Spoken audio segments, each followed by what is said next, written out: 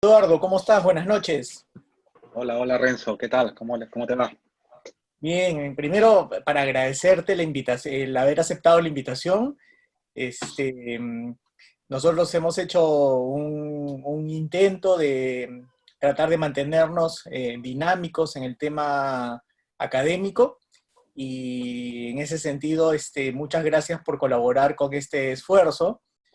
Quiero comentarle a los que están en el auditorio virtual que Eduardo Uchiyama, él es un médico que hizo su especialidad en la Universidad San Martín de Porras, este, y después fue a Estados Unidos e hizo oftalmología como especialidad y además retina quirúrgica en la University of Texas Southwestern en Dallas, Texas. Y actualmente eh, hace su práctica en Florida, ¿verdad, Eduardo? Sí, sí, sí. Hice un año de ITES después de eso y después me mudé a Florida a practicar, hace 6 años ya.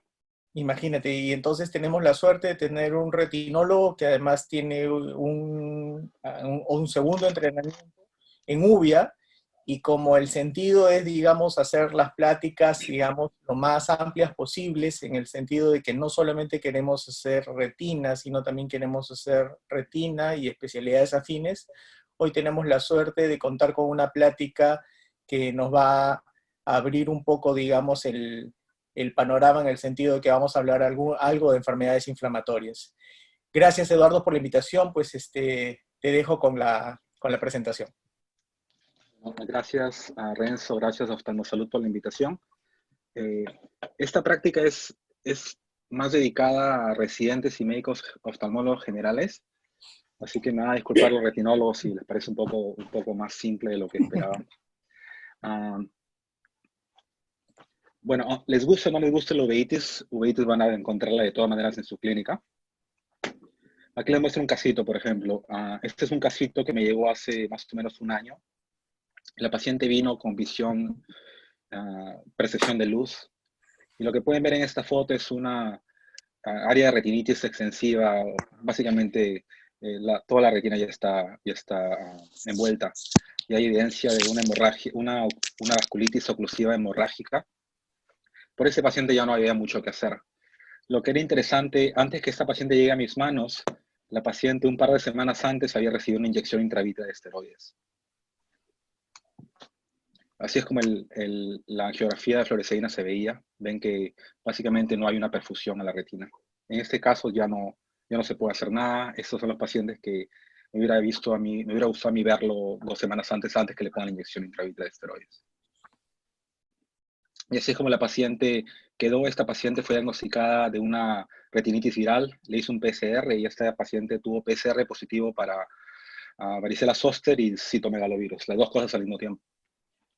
Y como pueden ver, el OCT muestra una atrofia retinal severa. Esta paciente nunca más va a poder ver fuera de ese ojo.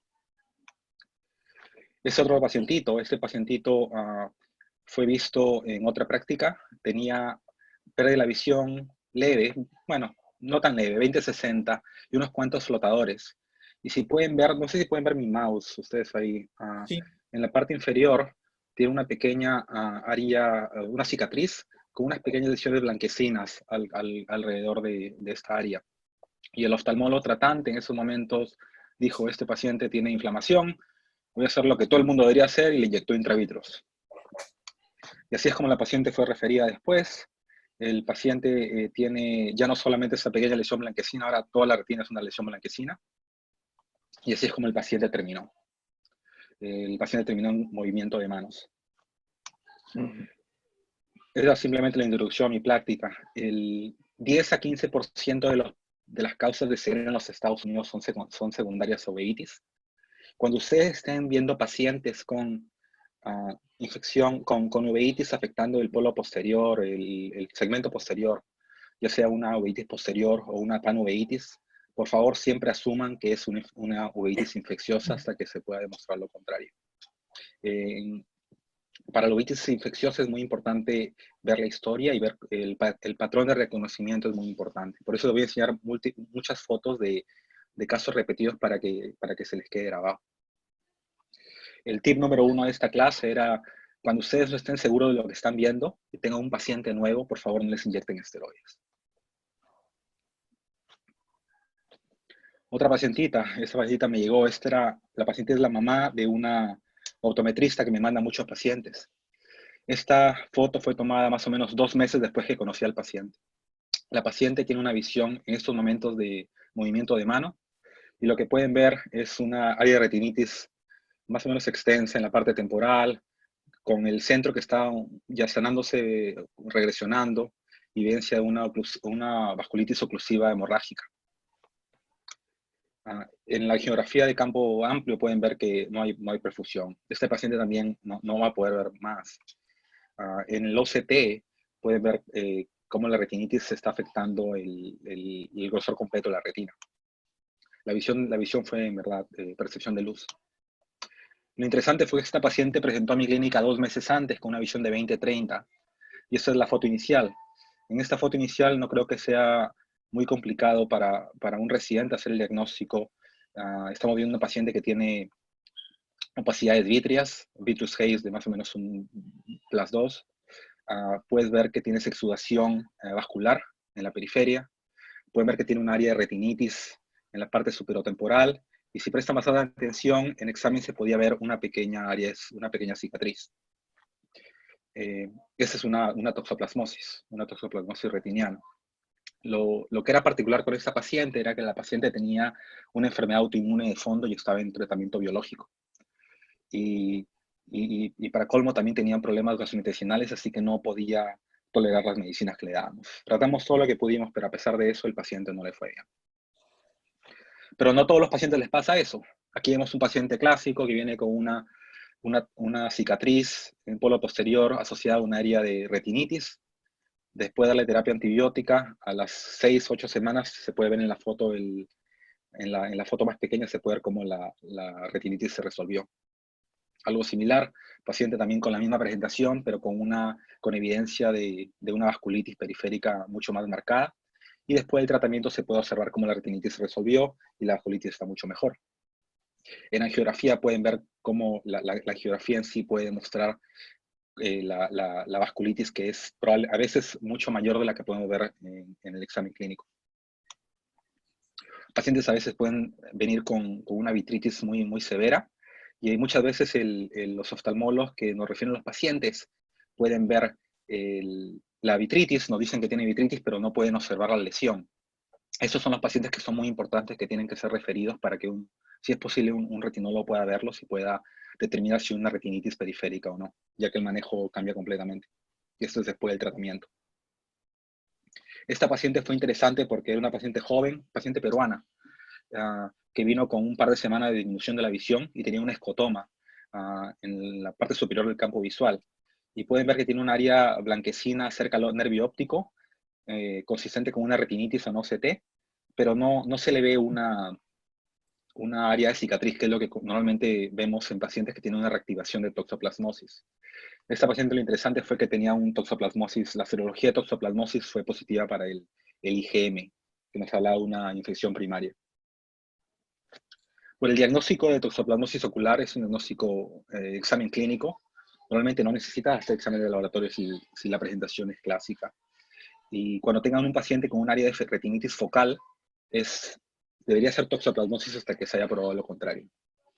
Diagnósticos de soporte podrían ser las serologías. Hay que recordar que la serología del IgM es una serología que aparece en el episodio agudo, en el primer episodio agudo. Y la serología IgG se queda positiva de por vida. Una cosa peculiar de la serología de IgG es que no es algo que deberían hacer en todos los pacientes que tengan uveitis, solo en los pacientes que ustedes piensen que esta uveitis puede ser causada por toxoplasmosis. Porque hay muchos pacientes de nuestros países que tienen una serología positiva, pero eso no tiene nada que ver con la enfermedad que está siendo activa en el ojo en ese momento.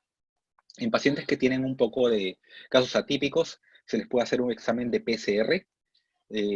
Para el examen de PCR es más fácil sacar el líquido acuoso, pero los exámenes, la sensibilidad del líquido acuoso, del humor acuoso, no es tan buena como del humor vítreo. El tratamiento, el gold standard, como le decimos, es la terapia triple, pero no es algo que utilicemos. No recuerdo cuándo fue la última vez que utilicé terapia triple. Creo que fue hace 6 años por lo menos. Primero los precios subieron mucho acá y es una terapia más tóxica. Lo que más utilizamos actualmente es el Bactrim, que es el trimestoprim con la sulfamethoxazole. Es la primera línea de tratamiento para muchos oftalmólogos especialistas en uveitis. Y es una terapia que yo los mantengo por lo menos unas 6 a 8 semanas, pero eso depende de cómo vaya la retinitis, cómo vaya la regresión de la retinitis. En algunos casos usamos esteroides orales, dependiendo si la retinitis está cerca al nervio óptico o cerca a la mácula, para tratar de disminuir la respuesta inflamatoria que va a causar cicatriz y disminución de la visión posterior. En algunos pacientes usamos terapia intravítrea con clindamicina, y cuando se usa eso, algunos doctores también inyectan dexametasona. Hay casos que son un poco atípicos, que son los que me llegan a mí. Por ejemplo, esta paciente, 25 años con lo que mencionamos recientemente, ¿no? Clínicamente parece toxoplasmosis, pero la paciente, por ejemplo, tiene una alergia a la sulfa. ¿Qué le pueden dar? En esos casos yo utilizo atovaquone o utilizo acitromicina. También pueden usar clindamicina. O he tenido pacientes que son embarazadas y pacientes embarazadas, normalmente yo consigo un permiso del ginecólogo y se les puede tratar con acitromicina, clindamicina, en estos casos intravítrea, o si la lesión no está en el polo posterior, no está cerca del nervio óptico, no está afectando o amenazando la mácula, en algunos casos se puede observar. La clindamicina también se puede usar como vía oral en pacientes que tienen alergia a la sulfa.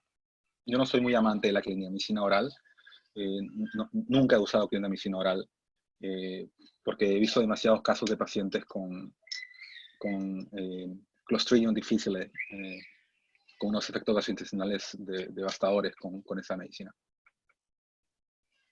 Hay pacientes que tienen, este paciente tenía 32 años, era de Centroamérica y tenía reactivaciones frecuentes. Este paciente venía, le damos Bactrim, terminaba el tratamiento 6, 8 semanas, todo se iba muy bien y después, 3 semanas después, regresaba con el mismo caso. Y cada vez que venía, la área de retinitis estaba cada vez acercándose más a la área a la fobia.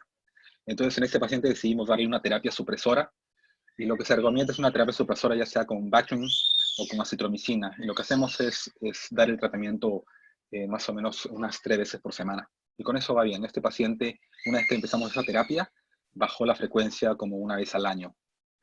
Pero todavía tenía casos, pero no eran tan seguidos. Esta otra pacientita vino con, normalmente la toxoplasmosis no siempre, pero en la mayoría de los casos afecta un ojo. Esta paciente, por ejemplo, vino con vitritis en los dos ojos, áreas de retinitis, múltiples áreas de retinitis en los dos ojos, algunas asociadas con cicatriz, algunas no. Lo que tenía en particular esta paciente era que esta paciente tenía terapia biológica para artritis reumatoidea. En estos casos que uno no la tiene clara, si esto puede ser una retinitis viral, puede ser un linfoma, puede ser una toxoplasmosis, en estos casos ayuda mucho el PCR. Esta paciente le hicimos PCR de ambos ojos del humor acuoso y salió positivo para toxoplasmosis en ambos ojos. El tip número 2, en estos pacientes cuando deciden, no siempre tienen que darle esteroides, yo casi siempre les doy esteroides sistémicos, pero hay que recordar a los pacientes que cuando tomen los esteroides tienen que estar tomando todavía sus antibióticos. Yo nunca les receto los esteroides antes de que ya hayan comprado sus antibióticos. Y el toxoplasmosis IgG, como les dije, que el número sea mayor no significa que está correlacionado a actividad. ¿Okay? Si es positivo, quiere decir que el paciente fue expuesto, pero un paciente que tenga, qué sé yo, 128 contra un paciente que tiene, no sé, 256 o 1000 y pico, no tiene que decir que uno tenga más posibilidad de tener enfermedad activa. Y si quieren usar terapia intravítrea con clindamicina y deciden usar esteroides al mismo tiempo, el esteroide que se usa es la dexametasona, que se va muy rápido, no usen triamcinolona. He visto casos donde inyectan clindamicina y triamcinolona y el efecto de la clindamicina se va, el de triamcinolona continúa y es un desastre. Bueno, eso fue... A ver, este caso también es un caso muy interesante. Es una paciente joven de Rusia que vino con unos cuantos días de visión borrosa y flotadores. Fue vista por mi por mi socio. Y lo que pueden ver es una lesión blanquecina con bordes discretos muy cerca al nervio óptico. Esta paciente fue vista el 28 de septiembre del 2016. Y en el OCT pueden ver un área de retinitis. Estos pacientes son muy importantes. Cuando ves un área blanquecina en la retina, tienes que pensar en una infección de todas maneras. Y dependiendo de qué tanta seguridad tenga del diagnóstico, tienes que pensar qué tan seguido tengo que traer al paciente. Mi socio trajo a la paciente a los 2 días para que yo le evalúe y el cuadro clínico había cambiado completamente. Ahora podíamos ver múltiples lesiones blanquecinas en la periferia y si prestan atención, en la parte de la periferia nasal lejana pueden ver que algunas de esas lesiones ya se están uniendo, se están juntando. Eso fue 2 días después de la presentación. En este momento yo hice el diagnóstico y empecé el tratamiento y la vi unos cuantos días después. Esto fue 6 días después de la presentación inicial, 4 días de iniciar el diagnóstico. Y en estos momentos ya me imagino que los residentes ya podrían hacer el diagnóstico clínico. Ya pueden ver una paciente que tiene vitritis, que tiene múltiples lesiones blanquecinas en la periferia que se están uniendo y están avanzando hacia el polo posterior. Esta es una retinitis viral, una retinitis aguda necrótica. Este paciente es un paciente, tienen diferentes tipos de presentaciones de estas retinitis virales. Por ejemplo, este paciente llegó sin mayores problemas, un poquito de flotadores, vino con esta lesión, con bordes discretos, afectando un cuadrante de la retina. Lo diagnosticamos también con acute retinal necrosis. Hicimos un PCR en ese paciente, fue positivo para varicela zoster. Y empezamos el tratamiento y el paciente fue muy bien, la lesión ni siquiera creció.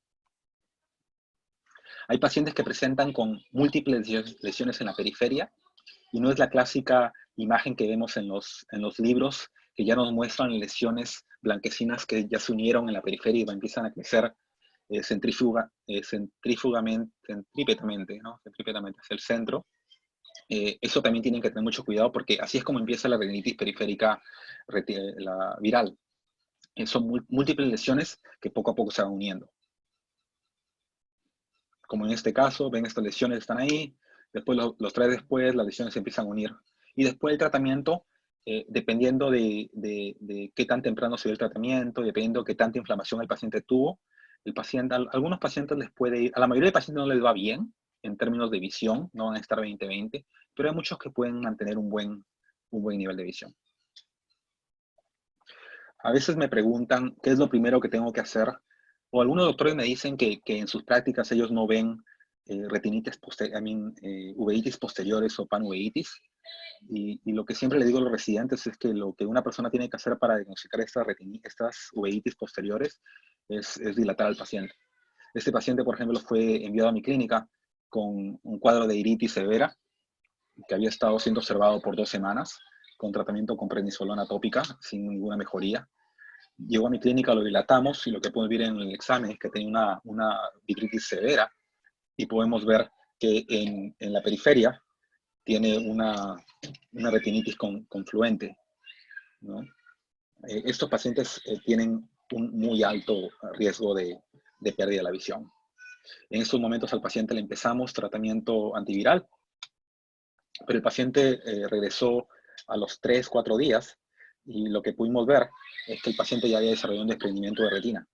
Y en el desprendimiento de retina pueden observar, por ejemplo, acá que es la rotura de retina que causó el desprendimiento de retina.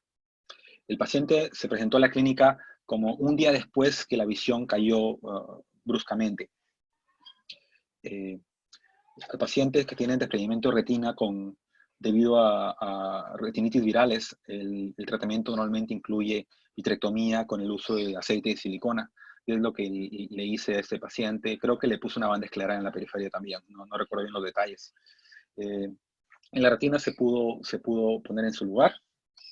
Aquí tenemos el OCT demostrando un buen contorno foveal. Pero ¿cuál creen ustedes que fue la visión de este paciente? A este paciente le dimos el mejor tratamiento que pudimos, incluyendo terapia sistémica antiviral, intravítrea antiviral. La cirugía de retina fue menos de 48 horas después del desprendimiento de retina. Si recuerdo bien, me parece que la mácula o la mácula central no estaba envuelta en el desprendimiento de retina. Pero a pesar de esto, este paciente terminó viendo como 20-400 o cuentadedos en ese rango. Y la razón para esto es que muchos de estos pacientes terminan teniendo, no solo la causa de la visión, de pérdida de la visión, no es solo el desprendimiento de retina, y aproximadamente la mitad de pacientes con este retinitis necrosante aguda desarrollan un desprendimiento de retina. Muchos de estos pacientes también desarrollan una neuropatía óptica. Y la neuropatía óptica no tenemos un buen tratamiento. Tratamos de disminuir la inflamación con el uso de esteroides sistémicos, pero eso es lo que causa mayormente el problema de la visión permanente. En cuestiones diagnósticas tienen que recordar que estos pacientes tienen mayormente una vitritis que es moderada o severa. Y en cuestiones de tratamiento ha habido muchos estudios demostrando que el uso de antivirales intravenosos es comparable con el uso de antivirales orales en altas dosis. En la siguiente slide voy a demostrarles cuál es la dosis que utilizamos acá. También se les maneja, esa es una emergencia oftalmológica, y a esos pacientes les damos con todo. Les damos sistémicos, les damos intravitreos con ganciclovir o foscarnet, y una vez que ya están esteables, mayormente demoran por lo menos una semana, 10 días en empezar a regresionar las lesiones. Ahí empezamos terapia esteroide oral. El tip número 3, acá usamos mucho el valaciclovir oral. Usamos 2 gramos 3 veces al día, y hay estudios demostrando que es tan efectivo como el aciclovir intravenoso. La única cosa que tienen que recordar es que para que esto sea tan bueno como el endovenoso, es que el paciente tiene que tomar las pastillas. Si el paciente no sé si ustedes han tomado antibióticos 3 veces, 4 veces al día, es un poco difícil. Uno se olvida. Si el paciente se olvida, no le va a ir bien a este paciente. Y una vez que el paciente se recupera, lo que yo hago es 2 gramos 3 veces al día, por lo menos unas 2 semanas. Después lo bajo a 1 gramo 3 veces al día, por lo menos 3 meses. Y después de eso, hay muchos expertos que recomiendan que estos pacientes tienen que tener una terapia de por vida. Algunos recomendaban al menos por 1 año, pero en la práctica, en la Sociedad de Uveitis, la mayoría recomienda 1 gramo diario de por vida. Y hacemos un seguimiento de la función renal cada 6 meses. Este pacientito es un paciente diabético que estaba siendo tratado con un implante de dexametasona para su edema macular, y presentó unas cuantas semanas después del último implante con esta presentación, un área de retinitis asociada a hemorragia severa. Este paciente desarrolló una infección viral, ¿no? Ahorita vamos a conversar acerca de esa infección viral. Este otro paciente es paciente con HIV, SIDA, con un CD4 de menos de 50, que presentó la clínica a finales del 2014 con múltiples lesiones algodonosas que son compatibles con retinopatía por HIV. Pero a los cuantos meses, esto fue cuántos, 3 meses después, presentó con esto.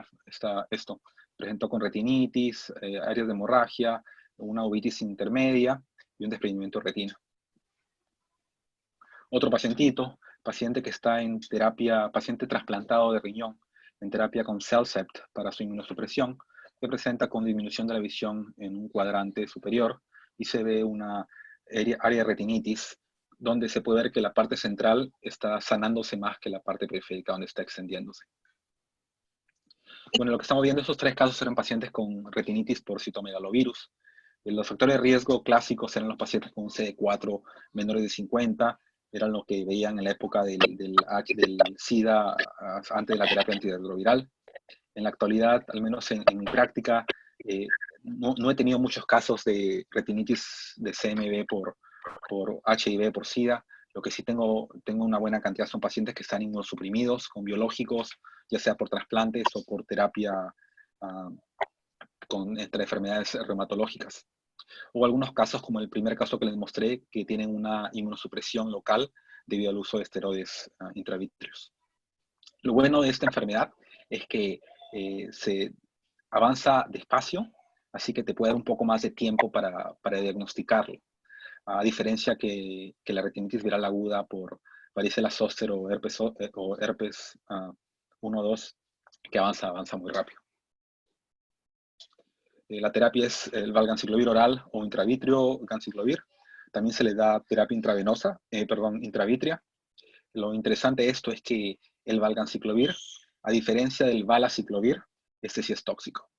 ¿Okay? El valaciclovir, que era para el acute retinal necrosis, es una medicina muy, muy segura. Hacemos el seguimiento de la creatinina cada 6 meses, pero el valganciclovir tiene otro tipo de manejo. Lo que hacemos con esos pacientes es los empezamos con 900 miligramos de orales 2 veces al día, y hay estudios también demostrando que esta dosis es tan buena como la terapia endovenosa. Pero a estos pacientes, cuando están con valganciclovir, les tenemos que hacer un seguimiento muy cercano. Acá les hacen laboratorios cada semana, las primeras 4 semanas, y después les hacen cada 2 semanas, por otros 4 meses, después le van a cada mes. Pero es un seguimiento muy cercano. Hay pacientes que vienen con AIDS y tienen una retinitis severa. Mayormente cuando llegan a la clínica son pacientes que ya tienen todo muy avanzado, incluyendo su AIDS. Yo he tenido la oportunidad de ver como unos 3, 4 pacientes de eso. La mayoría de pacientes no les va bien. En términos de visión, todos perdieron la visión y muchos de ellos fallecieron relativamente cercana al diagnóstico.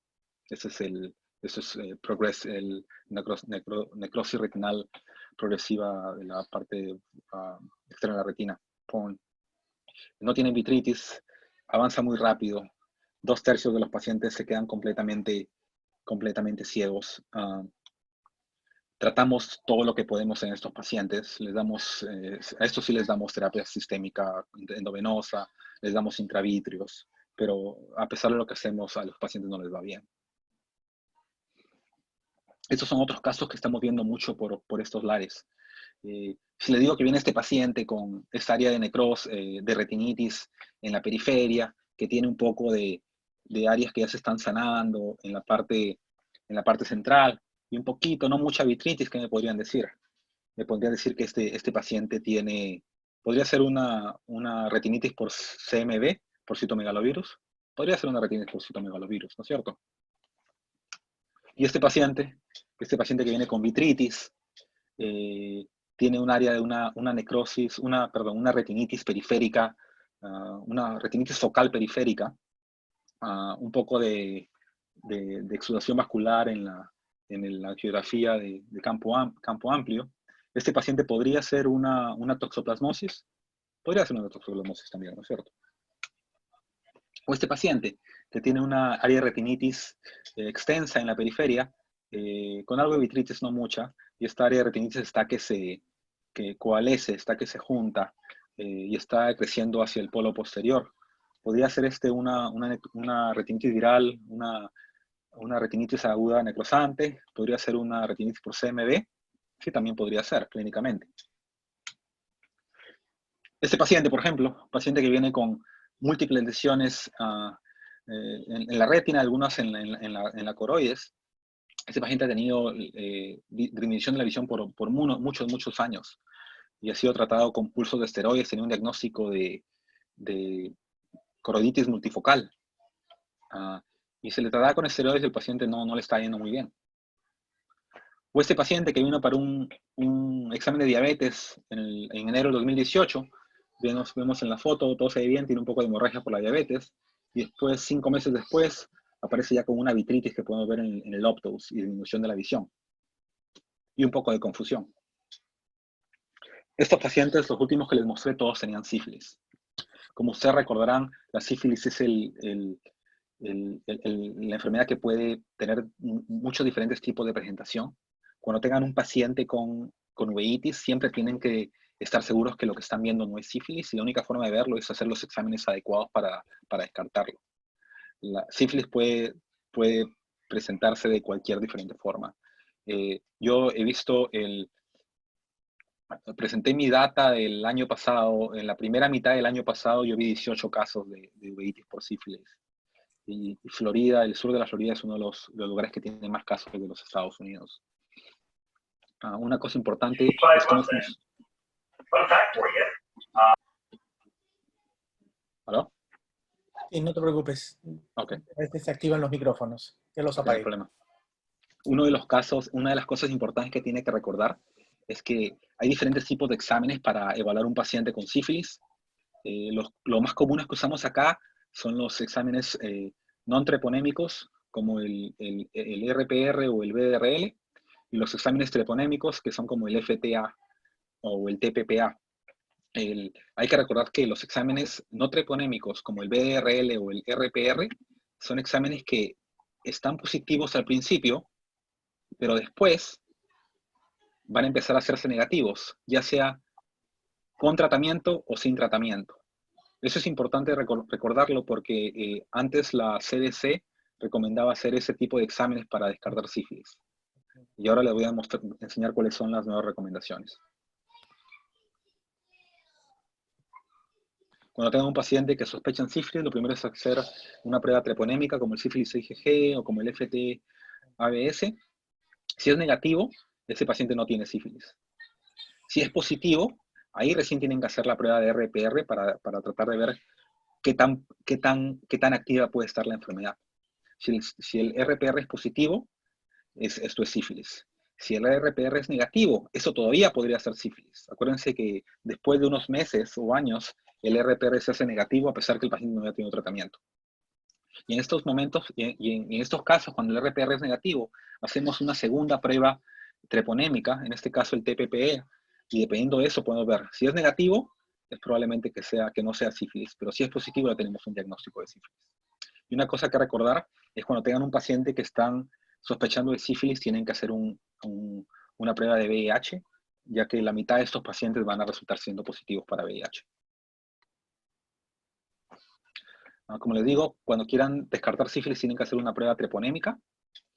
Y en cuestión de tratamiento, el tratamiento para sífilis ocular, a pesar de que no es neurosífilis, tiene que ser tratado como neurosífilis.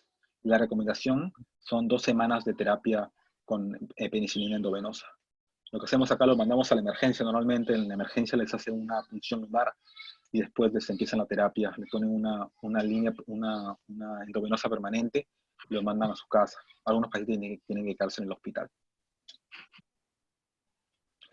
Y para terminar, unos casitos, este paciente vino a la práctica con una disminución de la visión del ojo izquierdo, con una visión de más o menos 20-40, el ojo derecho estaba bien. Y en el ojo izquierdo lo que pueden ver es una pequeña lesión blanquecina, justo arribita de la fobia. La visión está relativamente bien. Este otro paciente, con el mismo diagnóstico, vino con flotadores por el último mes más o menos. Y en este paciente lo que vemos es una uveitis intermedia con lesiones blanquecinas que están en la área preretinal o en el área vítrea, que no están en verdad en la retina. Este paciente, examinándolo, pudimos determinar que tenía lesiones en el brazo. Y a estos pacientes, cuando vemos el diagnóstico era una endoftalmitis endógena, basado en lo que estábamos viendo. Y la clásica pregunta era si estaba en el hospital recientemente o si usa alguna medicina endovenosa o alguna droga endovenosa. Todos lo van a negar al comienzo hasta que le dicen que el tratamiento va a cambiar completamente y que se han riesgo sus vidas. Una vez que mencionan esas cosas, mayormente se ponen más sinceros. Otros pacientes que me llegan mucho a la clínica, hay una tendencia a la negación en pacientes postoperatorios que presentan con inflamación. Por alguna razón, los cirujanos a veces tienen, no todos, pero muchos quieren pensar que lo que están viendo no es en verdad una infección. Y son pacientes que son enviados hacia la clínica por un TAS tardío o un TAS atípico. Y cuando lo vemos, bueno, el paciente tiene un hipopio, tiene vitritis en el BISCAN, ¿no? Esa es una endoftalmitis postquirúrgica. Esta paciente, por ejemplo, tuvo una cirugía de catarata y estuvo siendo tratada por TAS por 2 meses. Y cuando llegó a mi clínica, para una segunda opinión, esa era una endoftalmitis postquirúrgica, postcirugía de catarata. 2 meses tratándola con gotitas. Este paciente tuvo una cirugía de glaucoma y se presentó 2 semanas después con pérdida de la visión. Al paciente lo vimos en la clínica y cuando entró a la clínica tenía una visión de 20/100. Cuando yo lo vi, más o menos como a las miento, cuando vio a su doctor tenía visión de 20-100 en la mañana, cuando yo lo vi en la tarde, como a las 3-4 horas, su visión era cuentadedos. Al final el diagnóstico, hicimos cirugía ese mismo día, el diagnóstico fue un estreptococo. Y el tip número 7 era que cuando esté sospechando una enfermedad que puede dejar ciego al paciente, es mejor inyectar primero con antibióticos y hacer las preguntas después. Si no tienen una buena visión, si no pueden ver bien lo que está pasando, es una vitrectomía temprana ya está indicada. Y recuerden que no ha habido casos no ha habido casos de TAS que se hayan quedado ciegos por darles antibióticos intravítreos. Pero sí hemos visto muchos casos de pacientes que han perdido la visión permanentemente porque han tenido endoftalmitis y han sido tratadas con esteroides. Muchas gracias. Muchas gracias, Eduardo. Lo máximo tu plática, sobre todo para todos aquellos que, digamos, no manejamos la patología de uvea como primera especialidad. Y sin embargo, es cierto que los que hacemos la especialidad de retina muchas veces nos encontramos ante la encrucijada de tener diagnósticos de enfermedades inflamatorias del polo posterior y muchas veces tenemos dudas tan básicas y sencillas que hoy día tú muy bien has podido aclarar. Una de las cosas interesantes que mencionabas era respecto de el tema de asumir que todo proceso inflamatorio del polo posterior es de primera instancia infeccioso. Me gustaría que digamos, nos hagas el por qué considerar esa condición. Sí, creo que dije polo posterior, pero me refería a segmento posterior, a retina. Cuando tienes una inflamación en la parte anterior del ojo, una uveitis anterior, ahí tienes tiempo. Tienes tiempo de determinar qué es lo que está pasando. Pero cuando algo está pasando en la parte de atrás del ojo, ahí el tiempo es más limitado. Y es por eso que decía que el patrón de reconocimiento es muy importante. Uno no puedes equivocarte. Tú te puedes equivocar en una uveitis autoinmune y esperar un poco, pero una uveitis infecciosa no tienes mucho tiempo de espera. Lo que yo recomiendo a los residentes es que cuando estén viendo unas lesiones en la parte posterior, en la retina, ya sea posterior o periférica, y no están seguros de lo que están viendo, primero, por supuesto, que no le inyecten esteroides, y segundo, que traigan al paciente cercanamente. Esos pacientes en nuestra clínica, cuando no estamos seguros de lo que estamos viendo, son vistos y dejan un día, a veces cada día, para ver cuál es la progresión. Pero sí, cuando vean una uveitis afectando la retina, especialmente si es una lesión blanquecina afectando la retina, tienen que pensar que esa es una infección hasta que se muestre lo contrario. Excelente. Mira, acá te voy a pasar con un médico que quiere hacer una pregunta. Buenas noches, doctor. ¿Con quién tengo el gusto?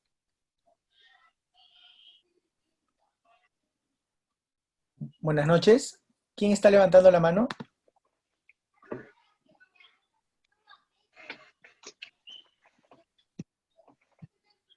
Bueno, mientras esperamos, Eduardo. Hola Renzo, soy Ramiro, ¿cómo estás? Oh, Ramirito, ¿cómo estás? Disculpa, no te veo, como estás con el teléfono. Cuéntame. Primero que nada, Eduardo, te felicito por la excelente charla que has hecho. Sumamente orientadora y aunque tú siempre modesto, sirve tanto para el oftalmólogo general como para el especialista y el subespecialista. Yo quería preguntarte, y más bien quería comentarte, yo quisiera dejar un mensaje un poquito distinto. Uveitis anterior con vitreitis, hasta que se demuestre lo contrario, yo invitaría a los doctores jóvenes a que la consideren una necrosis retinal aguda. Porque si es toxoplasmosis, como que la cosa difícilmente va a ir terrible. A veces pasa, ¿no? También se desprenden las retinas en toxo, pero si es que se les pasa una necrosis retinal aguda, deben tomar muy en cuenta de que pueden perder no solo ese ojo, sino también después el otro, si nos demoramos en dar el tratamiento. No sé qué opinas. Sí, no, completamente de acuerdo. Por eso, cada vez que tengan un paciente con una uveitis, con inflamación en la parte, cada paciente con uveitis tiene que ser dilatado. Primero, cada paciente con uveitis tiene que ser dilatado. Y cuando están dilatados, tienen que hacer lo más que se pueda para poder observar la periferia de la retina. Sí, estoy completamente de acuerdo. Paciente con vitritis tienes que estar asegurarte que no tenga una retinitis. Y si es una retinitis, asegurarte que no sea una retinitis periférica que pueda ser viral. Sí, completamente de acuerdo.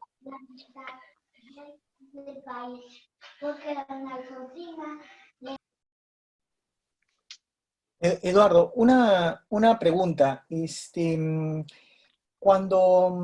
Hace algunos años, en una revisión que publicó la Academia Americana de Oftalmología, discutía o ponía, digamos, en duda el real significado del uso de los antibióticos en el uso de los pacientes con toxoplasmosis. Sin embargo, digamos, es indiscutible que a la fecha seguimos utilizando sulfas, seguimos utilizando clinda. ¿Qué comentario te merece ese detalle? Sí, recuerdo ese reporte. Sí, Sí, lo que mencionaba es que no tenemos data evidencia. suficientemente válida, evidencia para poder support ese tipo de tratamiento. Ujú. Lo que te puedo decir es que tengo amigos que entrenaron con muchos de los doctores que fueron parte de esos papeles Ajá. y a pesar de eso, si las lesiones están cerca al nervio óptico, si las lesiones están cerca a la mácula, o si los pacientes son sintomáticos, o si los pacientes tienen una vasculitis que es evidente, van a recibir tratamiento de todas maneras. Y según lo que conversé con muchos doctores, es muy raro que un doctor vaya a observar una toxoplasmosis. Es rarísimo. Tal vez no usen esteroides, solo Correcto. usen el antibiótico, pero la mayoría de doctores van a dar antibióticos para la toxoplasmosis. Correcto. Ah, te voy a poner con el doctor Rodrigo Arana, que está levantando la mano. Rodrigo, por favor. Hola, ¿qué tal, Renzo? Eduardo, felicitaciones, una excelente charla. Quería hacerte una pequeña pregunta en cuanto a, ¿tienes algún protocolo de exámenes que solicites a un paciente de base que te llega con un cuadro de una vitreitis aguda o subaguda? ¿Qué exámenes normalmente estás pidiendo de rutina, tanto imagenológicos como serológicos? De imagen, si tienen una vitritis, el paciente va a tener, bueno, todos tienen un OCT cuando me ven. Estos pacientes que tienen vitritis van a tener normalmente una angiografía con fluoresceína, mayormente de campo amplio, con imágenes tardías. Tardías me refiero a 10-15 minutos. Si veo alguna lesión en la retina o en la coroides, o sospecho que puede haber alguna, hago una angiografía de indocianina, también de campo amplio y con lectura tardía 10-15 minutos. Esos son los que mayormente hago en cuestión en la clínica.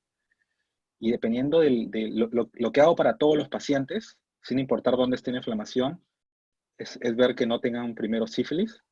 Okay. Hago el FT-ABS a todos, ya sea uveitis anterior, posterior, intermedia, panuveitis, cualquiera. Segundo, hago prueba de tuberculosis. Aquí usamos mucho el QuantiFERON Gold. No usamos mucho el PPD, ¿ya?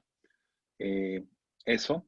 Y más que hacer esa prueba para ver si es tuberculosis el diagnóstico o no, en muchos casos lo hacemos para ver si el paciente ha sido expuesto a tuberculosis y tengo un diagnóstico de tuberculosis latente que pueda alterar de alguna forma mi manejo con ya sea esteroides sistémicos o terapia inmunosupresora en el futuro. También descartamos, acá vemos mucho sarcoidosis en nuestra población afroamericana, o en algunos pacientes que son blancos también. La forma de descartar eso no todos están muy de acuerdo. La mejor forma es con exámenes de imágenes. Algunos doctores piensan que un examen de placa de rayos X es suficiente. Algunos piensan que una tomografía es mejor. Yo la mayoría de pacientes les doy una placa de rayos X y dependiendo de los resultados hago una tomografía. O en pacientes que tengo mucho mucha sospecha de que sea sarcoidosis, a veces voy de frente a la tomografía con contraste de pecho. Y yo todavía hago la prueba de el ACE, Ujú. el ACE, Sí, y de la lisozima sí, en estos pacientes, pero sí, hay muchos doctores que critican a los doctores que usamos esos exámenes, ya que los resultados no son muy válidos. Pero esas son las tres cosas que normalmente descartamos. Y después, dependiendo de lo que veamos, podemos dar otras pruebas como, qué sé yo, toxoplasmosis o bartonelosis, de diferentes serologías. Pero esos son los exámenes que yo le hago a todos los pacientes con uveitis. Excelente, muchas gracias, Eduardo. Te felicito nuevamente. Otra cosa que también hago es, en algunos pacientes, puedo hacer un examen serológico de CMV, de ujú. CMV, más que para que me dé el diagnóstico, porque si es positivo significa solo que el paciente fue expuesto, pero no significa que eso sea la enfermedad. Pero si me es negativo, me puede ayudar a descartar si es que tuvieran una sospecha de esa enfermedad. Eduardo, una pregunta. Cuando hablábamos de toxoplasmosis, lo habitual que hacemos los que no hacemos uvia, y el caso es muy evidente, le damos el tratamiento con Bactrim, que también es lo que tenemos más al alcance en el Perú, o es una de las cosas que tenemos más al alcance. Sin embargo, mencionabas el uso de tratamiento intravitreo de Clinda, ¿cierto? Una de las preguntas que hacen en el auditorio virtual es si hay algún tratamiento paraocular de antibióticos que hayas utilizado para toxoplasmosis. Nunca he utilizado un pedio Paraocular. paraocular para toxoplasmosis, ¿no? ¿Y cómo es tu manejo de clindamicina intravítrea en los pacientes con toxoplasmosis? En algunos casos una inyección es suficiente, Ajá. ¿ok?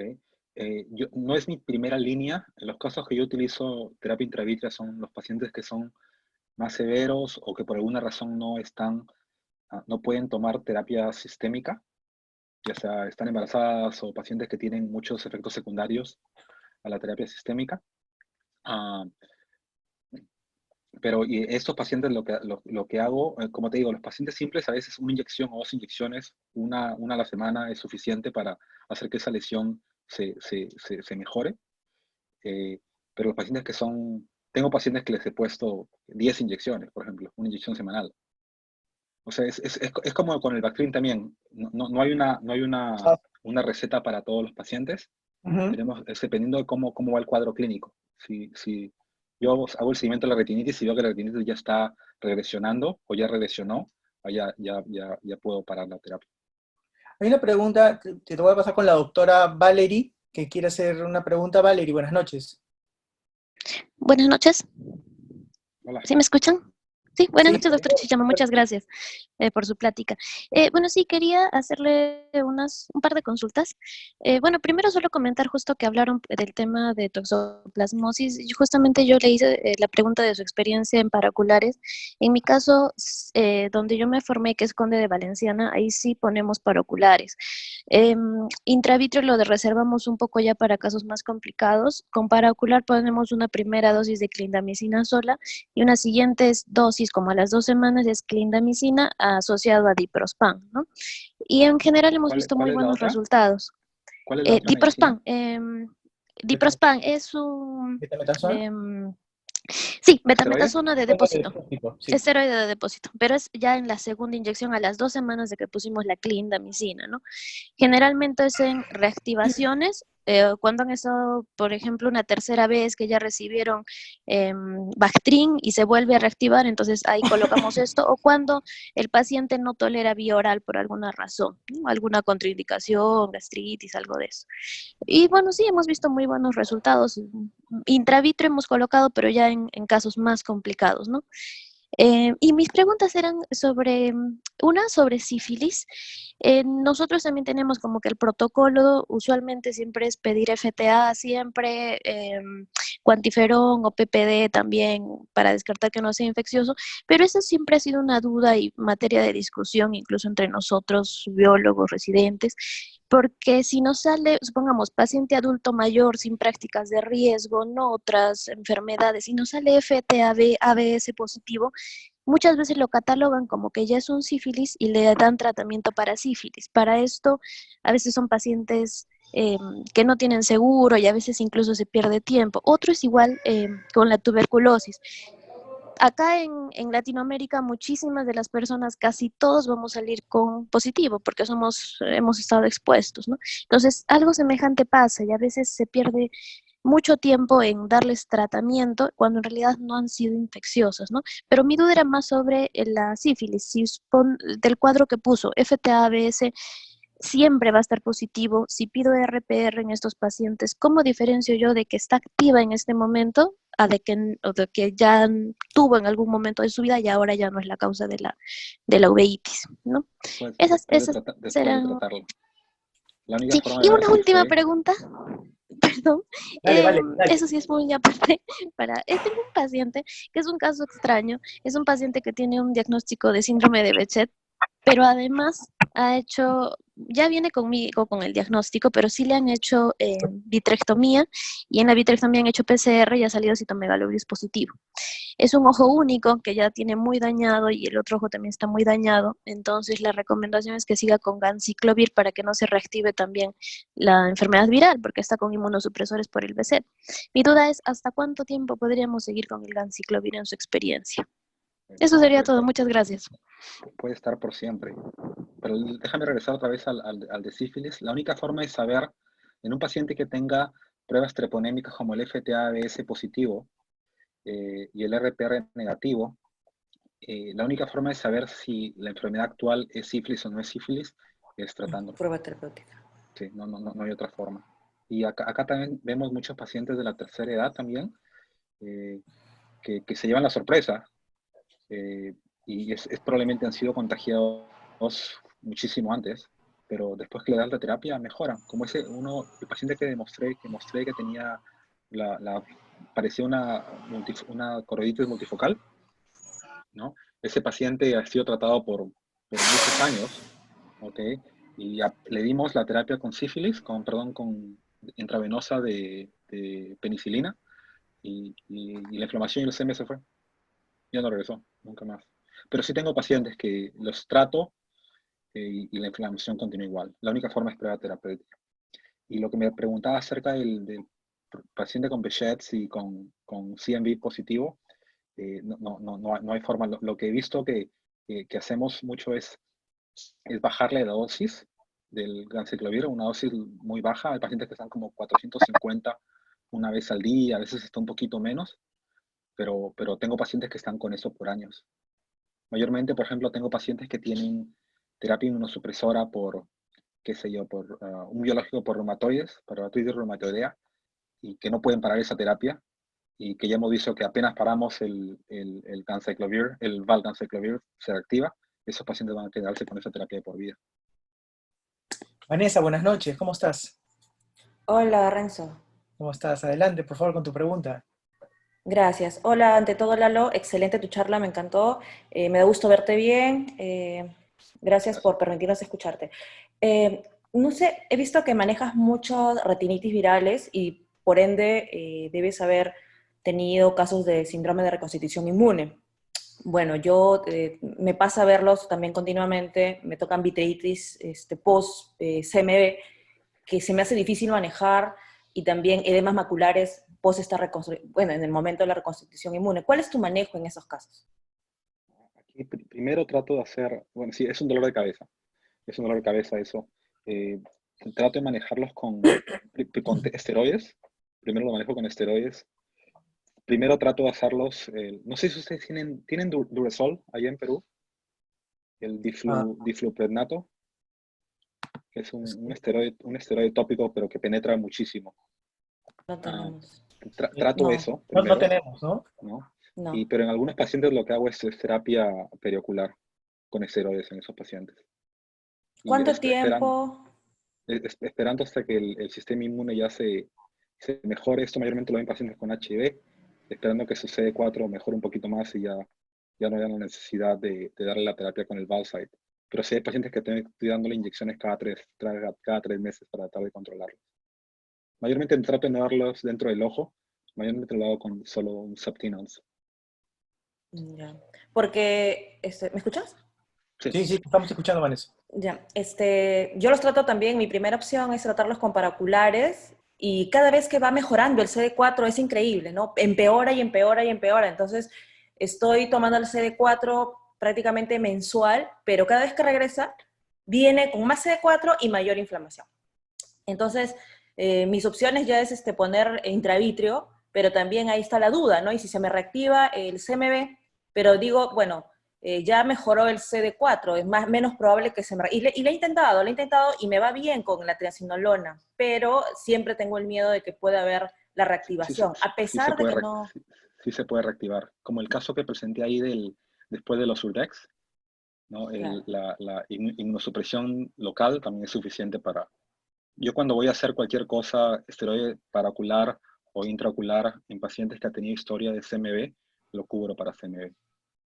Sí, o sea, A pesar de que el CD4 ya esté mejor. ok, No he visto ninguno que se me reactive estando en terapia.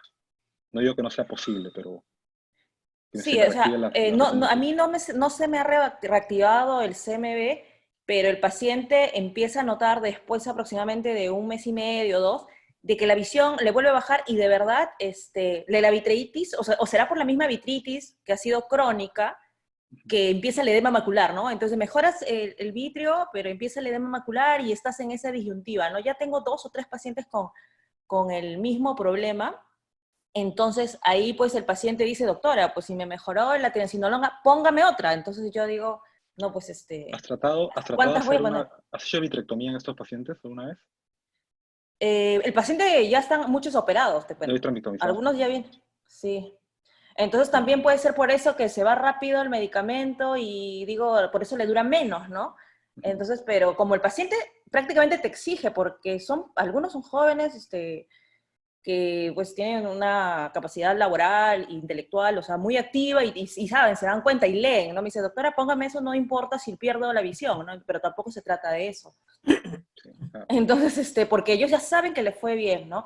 Entonces, algunos me están alternando entre vitritis y luego el edema macular. ¿O será que la triancinolona o el hecho de haber colocado, tú crees, algún corticoide de esa manera haya tal vez propiciado a eso? No creo yo en particular, pero ya son 3 casos que tengo de esa manera. no es tu culpa, es parte de la enfermedad, es su respuesta inmune. Eventualmente eso va a mejorar, pero sí puede durar mucho tiempo. Yo tengo un paciente que va inyectando hace como 3 años, creo, cada 2 meses. Así ¿Y que le pones paraocular o intravitrio? paraocular. Ok, Está, muchas gracias. está vitrectomizado. Y Mm. no le veo diferencia con ese paciente particular, no le veo la diferencia. Claro, la idea es que si estuviera de repente no vitrectomizado, ahí sí se hubiera podido, una alternativa sería la vitrectomía, ¿verdad? Sí, para quitarle la Ok, inflamación Lalo, vitreal. muchas gracias. Cuídate Nada, mucho. Vanesita, cuídate. Eduardo, nos preguntan respecto a la necrosis retiniana aguda. Cuando tú has tenido los casos que te han tocado enfrentar, normalmente, la primera pregunta que te voy a hacer es, normalmente lo primero que nos viene a la cabeza, los que no hacemos UBI, es que tiene alguna asociación con herpes virus, ¿cierto? Sí. A pesar de que no solamente el herpes virus es la única causa, ¿cierto también? Lo más común es o varicela zoster O varicela zoster. o herpes simplex 1 o 2. ¿Correcto? Algunos creen que el Epstein-Barr también está ahí, Dentro del... pero el Epstein-Barr normalmente está acompañado de los herpes virus. Está acompañado, o sea, yo no creo que sea una etiología. O hay casos que el CMV también puede causar una retinitis aguda necrosante periférica también. Y la pregunta iba porque en el auditorio virtual la doctora nos pregunta si hay te ha tocado encontrar alguna asociación que estos pacientes con necrosis retiniana aguda tengan evidencia de algún problema en segmento anterior, por ejemplo, una queratitis herpética. He tenido pacientes que la mayoría tienen una uveitis anterior, muchos tienen problemas de presión, no tan severas, pero tienen cierto problema de presión. Ajá, Algunos tienen cambios en el iris, ajá. algunos tienen precipitados queráticos, Asiáticos. los, ¿cómo se llama? Grandes, más, ¿cómo se dice? Granulomatosos. ¿Okay? Ajá, Yo no he tenido pacientes que tengan dendritas, por ejemplo. claro. No he tenido pacientes con eso. Sí he escuchado de casos. Y a mí, cuando me entrené, me enseñaron que cualquier paciente que tenga dendritas, tengo que dilatarlo para estar seguro que no esté pasando nada atrás.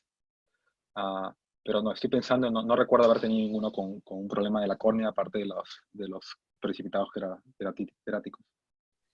Y mencionabas en tu plática que estos pacientes que desarrollan necrosis retiniana aguda, bueno, tienes un manejo, digamos, de antivirales que los vas reduciendo, pero después mencionaste que algunos quedan con tratamiento de por vida. ¿Y eso tiene algo que ver con el estatus inmune del paciente? Estos pacientes no son pacientes normales. ¿Okay? Ok, Mira, todos, o la gran mayoría de nosotros hemos sido expuestos a la virus. varicela zoster.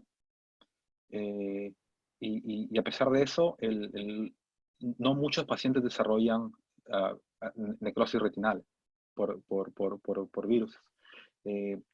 Se cree que algo está mal en el sistema inmune de estos pacientes, que es similar a lo que les pasa a los pacientes que desarrollan encefalopatías herpéticas. En los pacientes que tienen encefalopatías herpéticas, sí se ha podido demostrar que hay algo mal, algo en su cascada inmune que no bloquea bien al virus. Y es por eso que estos pacientes desarrollan eso. Correcto. Se cree que los pacientes que desarrollan acute retinal necrosis también tienen algo muy similar. Y es por eso que para poder protegerlos, la mayoría hemos tenido muchas discusiones en la Sociedad Uveitis de los Estados de América, de los Estados Unidos, y la recomendación actual es que estos pacientes el virus tiene que ser suprimido de por vida. Una razón es que hay muchos casos. Yo recuerdo un caso triste que tuve en el fellowship de retina, un paciente que tuvo su primer caso, su primer ojo lo tuvo infectado cuando tenía 20 años y terminó con 20/200 en ese ojo, y después se presentó como 22 años después con infección en el otro ojo, y el otro ojo terminó siendo cuentadedos. O sea, hay muchos casos en que la enfermedad se puede reactivar en cualquiera de los dos ojos, y siendo esta medicina tan inocua, si fuera mi ojo, yo tomaría esta medicina de por vida. Ajá. De por vida. Y te pregunto dos cosas puntuales. ¿Qué porcentaje de tus pacientes con necrosis retiniana aguda digamos, comprometen el segundo ojo? Digamos, me refiero asociado al riesgo del desprendimiento de retina. Y hay una pregunta del auditorio que nos dice, cuando se te presenta uno de estos cuadros, si lo hospitalizas y le pones aciclovir endovenoso durante un periodo de tiempo. No recuerdo haber visto uno con los dos ojos en los últimos 4 años. Ok, O sea, el porcentaje es pequeño, pero es porque cuando son mandados a la clínica empezamos el tratamiento sistémico inmediatamente. ok. El porcentaje me parece que era como, creo que el 30% a las 3 semanas Funcionaban, sin ¿no? tratamiento, el otro ojo se envuelve. Me parece que es como 30. Es un porcentaje muy alto de pacientes que si no tienen buen tratamiento, el otro ojo se va a desarrollar la infección. Pero una vez que están siendo tratados con terapia sistémica alta, ya ese porcentaje disminuye muchísimo. Yo antes sí admitía a los pacientes para que den terapia de aciclovir, pero ahora si yo confío en el paciente, si creo que el paciente es una persona inteligente y que entiende y tiene acceso a las medicinas que yo le quiero dar, yo lo manejo como en la consulta, en la clínica nomás, no los interno. Los veo básicamente diariamente, dejando un día. Los empiezo con 2 gramos de valaciclovir 3 veces al día. Y los manejo así, y mantengo esa dosis alta por lo menos por un par de semanas. Muchos de estos pacientes también reciben terapia intravítrea, Ujú. Como estoy en práctica privada, me demoro por lo menos unas 24 o 48 horas en tener esa terapia intravítrea. Ah, pero si necesito darles terapia en ese mismo día, a veces los tengo que admitir, más que por la terapia endovenosa para poder conseguir terapia intravítrea instantáneamente, rápidamente.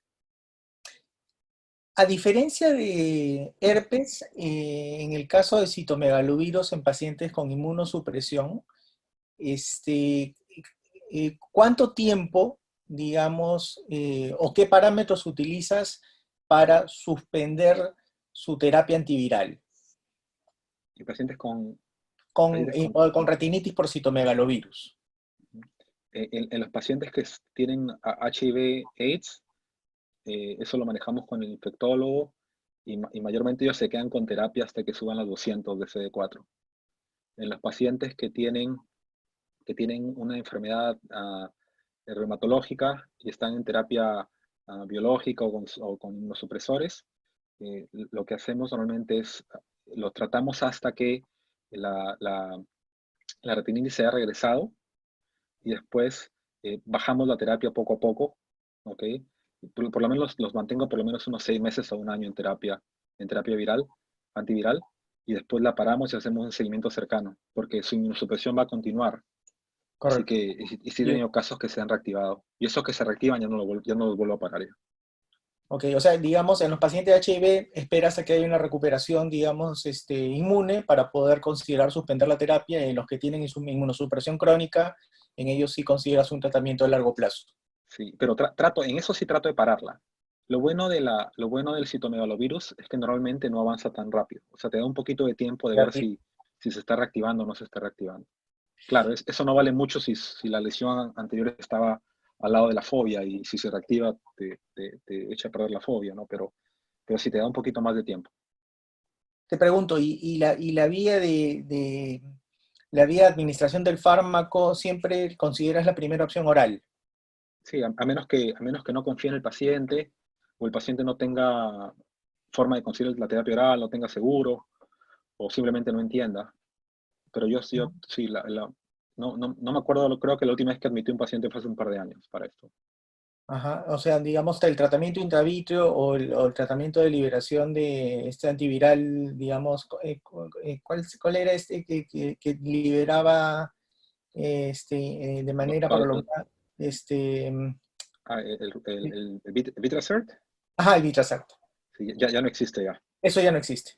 No, ya no existe era claro, como un Redisert, pero de Un retice, claro. Ciclovir. Sí, no, Así ya no existe. eso ya no se usa y la terapia intravítrea la deja de estar en segunda, vamos a decir, en segunda, como segundo mecanismo, digamos. Claro, depende del paciente, ¿no? La retinitis aguda necrosante, esos sí recomiendo terapia sistémica y la terapia intravítrea que sea como algo para ayudar al tratamiento. En los Ujú. pacientes que tienen CMV, ahí sí puedes, dependiendo del paciente, porque hay muchos pacientes que están demasiado enfermos para usar terapia sistémica, ¿ok? Ah, en estos pacientes sí podría considerar monoterapia simplemente con intravítreos. Ok, Ah, por ejemplo, tengo pacientes que tienen trasplante de riñón claro. y sus doctores no quieren que usemos antivirales sistémicos. En esos pacientes puedo tratar de hacerlo intravítrea, si es solo un ojo el que está envuelto. Pero sí, cada paciente es una historia diferente. Claro, sí. El doctor Iván Merúdez nos pregunta si, si tú tienes un paciente con citomegalovirus, ¿cuánto es tu tiempo o el tiempo de diferencia entre que inicias el tratamiento antiviral para luego comenzar el tratamiento, la terapia HART? Eso lo dejo al infectólogo. Eso Sí, sí, normalmente lo maneja el infectólogo. sí, sí, sí, sí, sí. Yo les doy el diagnóstico y conversamos y doy mis recomendaciones, pero sí, la medicina lo manejan ellos. Ujú. Sí. Este, ah, em, Pero esa podría ser otra razón para usar tratamiento local mientras ellos tratan de empezar porque a veces me imagino que lo que se refiere el doctor es que la terapia sistémica con ganciclovir o valganciclovir también puede afectar la respuesta inmune del paciente, también los glóbulos blancos la respuesta a la terapia antirretroviral. Una de las cosas que mencionaste que me gustó es que decías que una de las cosas que haces de rutina para terminar y hablar un poco de sífilis, es que tú a todos tus pacientes por defecto les pides pruebas para descartar que no tengan una sífilis de fondo. ¿Eso entendí? ¿Está Cualquier paciente que tenga inflamación, correcto? intraocular, tiene que tener una prueba de sífilis. Cualquiera, Ajá. todos tienen. Y eso es, digamos, de rutina o ha venido, me refiero en el sentido de que la sífilis nuevamente ha repuntado, digamos, como una condición, digamos, en estos tiempos, digamos, donde hay pacientes que tienen, digamos, inmunosupresión, donde hay, porque la sensación, digamos, cuando yo estuve, digamos, como médico general, es que la sífilis era una enfermedad, digamos, que había venido disminuyendo, digamos, en el mundo. ¿Cuál es el mensaje ahí o cuál es la enseñanza? El problema es que en los últimos, de principios del 2000, o sea, en los últimos casi 10, 15 años, ¿Cierto? el número de casos de sífilis, al menos acá en los Estados Unidos, está aumentando muy rápidamente. Eso se debe, en parte, en el pasado los pacientes le tenían miedo al HIV, y como le tenían miedo al HIV, se cuidaban contra el HIV. Y la forma que se cuidaban era usando preservativos. Ahora, los pacientes, primero, muchos no le tienen miedo al HIV. Tengo pacientes que la vez pasada tuve que hacer un desprendimiento de retina en un paciente y está haciendo la historia clínica antes de la cirugía y le pregunto, ¿alguna historia médica, algún problema médico? Me dice no. Y después reviso la historia y veo que está tomando terapia antirretroviral contra HIV. Y le digo, ¿pero por qué no me dices esto? Ah, no, no considero el HIV como un problema médico. Porque se les ve tan bien a los pacientes con esas nuevas terapias, Sí. ¿eh? O sea, No, ya no lo consideran y por ende ya no se cuidan. Segundo, hay una nueva medicina que se ha puesto de moda acá, que se llama PrEP, que es una medicina para prevenir el HIV. Entonces, claro, estos pacientes que están de riesgo alto toman esta medicina todos los días, ya la se exposición. creen invencibles. Sí, Entonces, por eso estamos viendo un un elevado número repunte, de casos de sífilis. correcto. Ah, pero sí, es algo básico. Estoy seguro que en Perú también el número de pacientes tiene que haber subido. Y lo bueno es que a mí me gusta curar a los pacientes. Y en el rubro de la uveitis, muchas veces no puedo hacer eso. Así que diagnosticar a un paciente con sífilis es algo muy especial porque en verdad 2 semanas de tratamiento y los curamos. Claro, claro.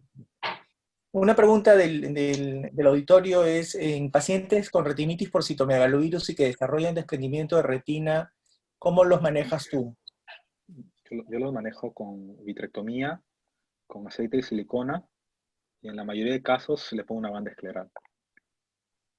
Y ese aceite de silicona es muy probable que se quede por un muy, muy buen rato, si es que no es por siempre.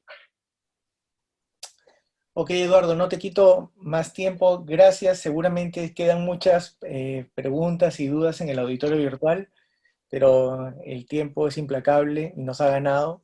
Gracias por la invitación. Hemos aprendido muchísimo de tu plática y esperamos poder contar contigo otra vez.